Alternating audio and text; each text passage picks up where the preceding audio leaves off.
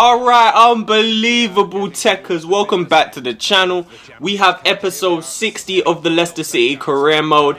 This time, in this episode, this is a kind of shorter episode than usual. We have two matches in this episode only because the next game after this episode is the second leg of this match against Chelsea in the Champions League. That is going to be a live fixture. That's why I have left it out. It's going to be a live extended highlights, maybe even a full game. If you guys want to see a full game for that match, let me know in the comment section and we'll let that happen. We will record that. But we're into the big time. First chance, 20 minutes in. This was a very tight, cagey affair. Victor Moses down on the left hand side, completely tore yet by a new one. Coming at Bruma. Bruma's doing well, standing his ground, but Victor Moses manages to work a shot eventually and curls it just wide of the post. There wasn't a bag full of chances in this game. As you'll see, into the 32nd minute already, nothing really happening.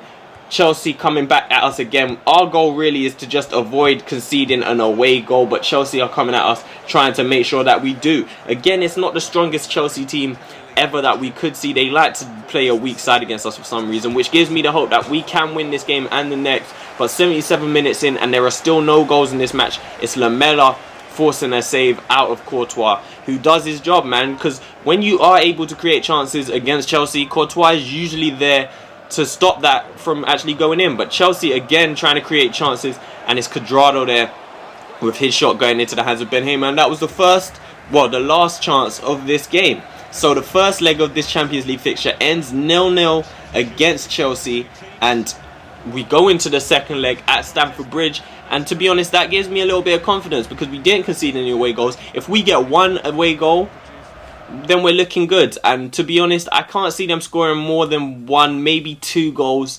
And I reckon we can get 2 goals. So I'm feeling pretty confident about that. That will be live. And it's up to you if you want to see full game or extended highlights. You can decide. But into a game against Hull now in the Premier League. Obviously, we are the Premier League champions.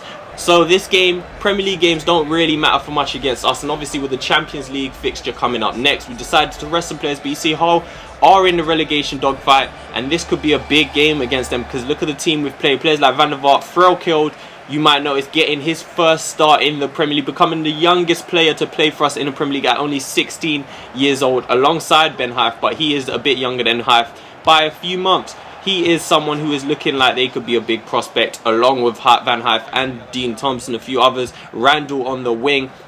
But Hull get out the gates early. You see a chance for them earlier, which just went wide. And then it's Sam Clucas there, pouncing on some poor defending, to be honest. They've put the ball into the box, and I'm not sure who it was. It's Van Haif who misses the header completely, just underneath the ball.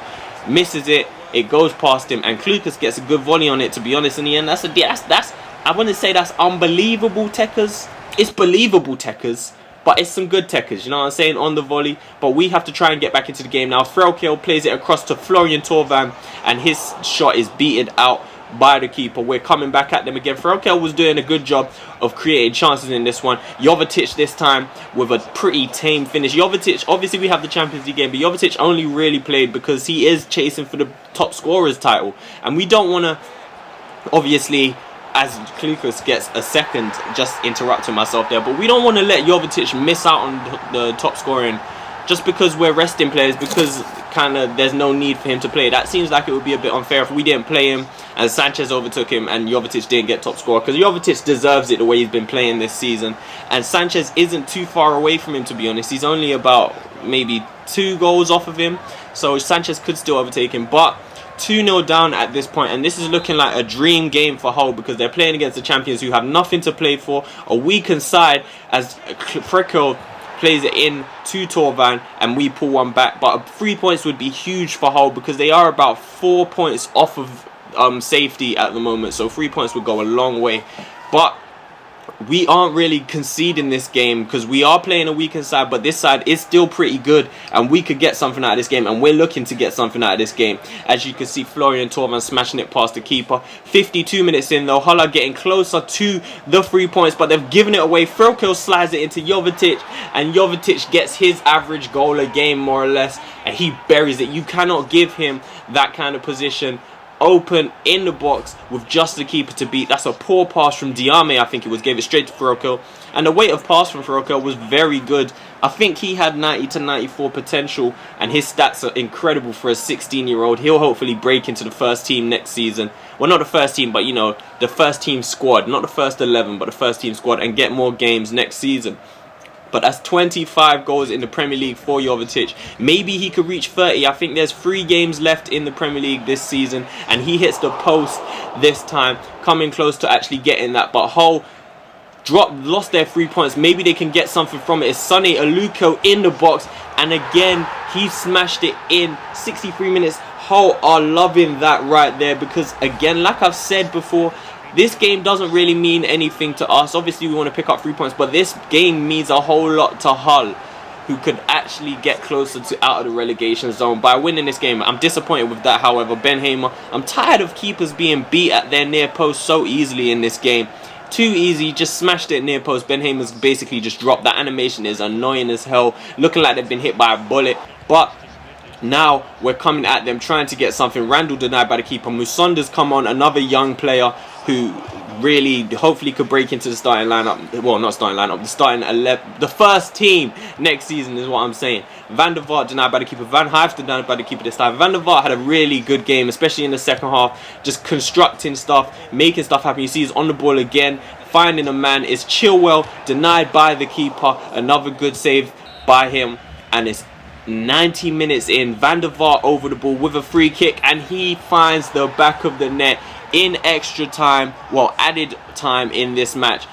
Got a free kick won. I think it was Musonda who actually won the free kick. They put Van der Vaart over it, and we already know how Van der Vaart is with free kicks. He's a technical beast. His physical stats are not there at this point in his career, but his technical stats are still there. Look at that free kick right into the top bins.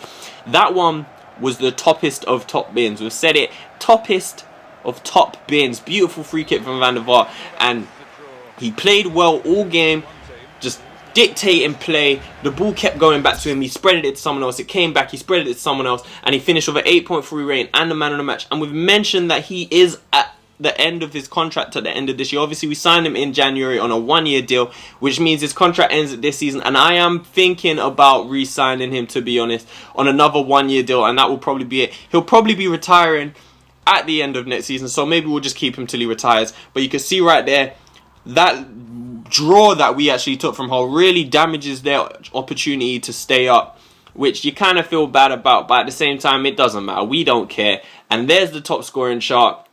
Jovetic 5 goals clear of Sanchez. We did take him off relatively early in the game, so we should still be able to start against Chelsea and do the business that we need. We'll probably start him even if he is tired, because we do need him. He keeps scoring and we need a goal in that game. But that is it for this episode. Next one, let me know if you want it live or not. That's it for today. Bye.